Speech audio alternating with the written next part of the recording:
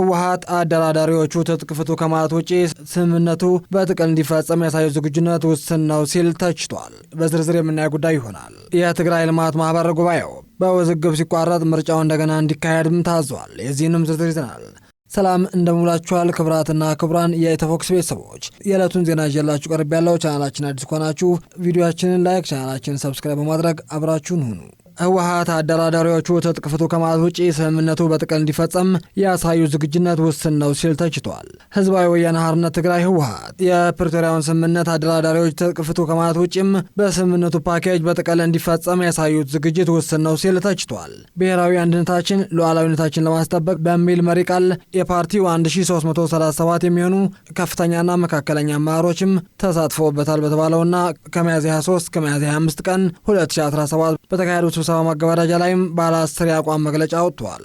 አቋሙን ካንጸባረቀባቸው ጉዳዮች አንዱ የፕሪቶሪያ ሰላም ስምምነት አንዱ ሲሆን ሙሉ ለሙሉ አልተተገበረም ሲል መግለጹ ላለመተግበሩም 3 ምክንያቶችን አስቀምጧል። በአቶ ጌታቸው ረዳ የተመራው ጊዜያዊ አስተዳደሩን ተቆጣጥሮት የነበረው የፓርቲው አንዱ ቡድን በመጀመሪያ ምክንያትነት ያስቀመጠው መግለጫው፣ በሁለተኛ ደረጃ ደግሞ የኢትዮጵያ መንግስት በኩል ስምምነቱን ለማስፈጸም ቁርጠኛ አለመሆኑ ነው ሲልም ገልጿል። ሌላኛው በአቋም መግለጫ የተካተው ነጥብ ደግሞ የፓርቲው እውቅና የተመለከተ ሲሆን እውቅናዬ የሚወሰነው በትግራይ ህዝብ ነው ብዬ ነው የምተማመነው ሲል ገልጾ በፕሪቶሪያው ስምምነት መሰረት ህጋዊ ሰውነት ወደ ነበረበት እንዲመለስም ጥሪ አቅርበዋል።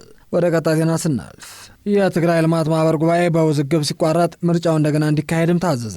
የሲቪል ማህበረሰብ ድርጅት ባለስልጣን በትግራይ ልማት ማህበር ትልማ በቅርብ በመቀሌ ከተማ ያካሄደው 12ኛ ጠቅላላ ጉባኤ በከፍተኛ የአፈጻጸም ችግሮች ምክንያት መጠናቀቁን አስታወቀ።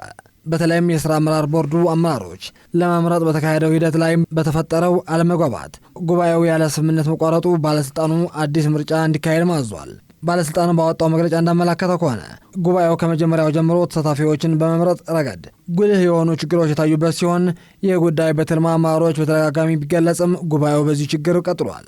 የጉባኤው መጨረሻ አጀንዳ የነበረው የስራ አመራር ቦርድ ምርጫ ላይ ተሳታፊዎች መካከል መግባባት ሳይፈጠር መቅረቱ ጉባኤው ያለ ስምምነት የተቋረጠ ሲሆን የተወሰኑ ተሳታፊዎች ጉባኤውን ጥለው መውጣታቸውም ከመግለጫው ተመላክቷል። ባለስልጣኑም ይህ ሁኔታ ማህበሩን ወደ መከፋፈል ሊያመራ ለህብረተሰቡ የሚሰጠውን ጥቅም ሊያስተጓጎል እንደሚችል በመገንዘብ የስራ አመራር ቦርዱ ምርጫውን አስቸኳይ እንዲያስተካከልና አስፈላጊ የሆኑ እርማቶች እንዲያደርጉ ባለስልጣኑም አሳስበዋል። ይህ ተከትሎ ከዚህ ቀደም በተካሄደው ምርጫ ጋር በተያያዘ የሚከናወን ማንኛውም ተግባራት በባለስልጣኑ ዘንድም እውቅና እንደሌላቸው በግልጽ አስታውቋል። ባለስልጣኑም የትልማ 12ኛ ጠቅላላ ጉባኤ የስራ አመራር ቦርድ ምርጫ በህግ ፊት እውቅና እንደሌለውና ተቀባይነት እንደሌለው አጽንኦት ሰጥቷል። ከዚህ የቦርድ ምርጫ ጋር ተያይዞም የሚከናወን ማንኛውም ተግባራት የፋይናንስ እንቅስቃሴዎችና ሌሎች ውሳኔዎች በህግ የሚያስጠይቁ እንደሚሆኑም በጥብቅ አስጠንቅቋል። ክብራትና ክብራን አድማጭ ተመልካቾቻችን የዕለቱን ዜና በዚህ ቋጨን። ቀጣይም በሌላ ፕሮግራም እስክንገናኝ ቸር ቆዩ።